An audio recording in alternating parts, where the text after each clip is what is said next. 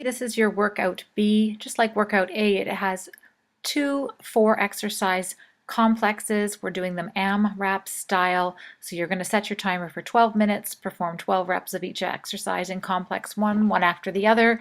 When you get to the end of that circuit, start again until the timer goes off. Take some rest, a minute or two, and then do the same thing with complex 2. Dumbbell push press. Start with your feet under your hips or a little bit wider. Hold a pair of dumbbells at your shoulders. Sit back and down into a partial squat. You'll notice I'm only going about halfway. Explode upwards, pushing through the heels, and transfer that energy from lower body to upper body as you raise the weights up over your shoulder. Push up an alternating row. You can do this from knees or from toes. Good push-up form with chest leading. Notice that I'm holding those weights just outside my shoulders and I'm dropping into a push-up, finishing the push-up, rowing one weight up to the armpit, placing it on the ground, and then moving into the second push-up.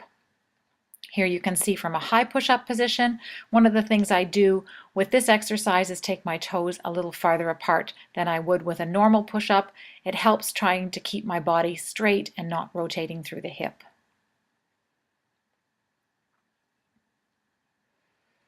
Alternating lunge and down chop. You're starting with your feet together, holding a heavier dumbbell up and over your head with fairly straight arms. Step forward into a lunge, drop the back knee down, pull that dumbbell across the midline of your body so that it rests just outside the hip of the back leg.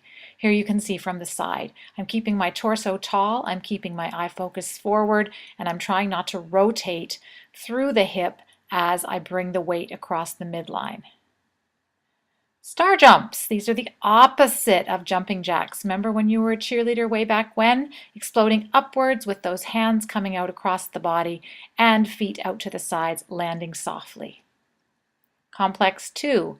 We're working on balance here, a single leg stability ball assisted squat. Notice that my supporting leg is closer to the wall here, so I could put my fingers on that wall to help with my balance. I'm rolling the ball back behind on the top of my shoe, reaching out with the opposite arm, hinging from the hip. The supporting leg is doing all the work as I push out and pull back in. There you can see I'm using my hand for a little bit of extra support. Modified handstand. So you're going to come into a handstand position. I've got my feet on about an 8-inch step here. Knees will be bent slightly. The goal is to try to get the arms straight and vertical, press through the palms, and really get your head down and between your shoulder blades. Deadlift reverse fly. Coming into that deadlift position with your feet under your hips, holding the dumbbells in front, hinging forward at the hip, keeping a very slight bend in the knee, so the focus is entirely on the back side of your body, the hamstrings, the glute, and the low back. As we come down at the bottom of the position, here it is from the side, you'll see I'm changing my palms to facing in and completing a reverse fly with long arms for the middle of my back. I finish the fly, then I finish the deadlift. Back lunge to knee drive. Step back into a lunge.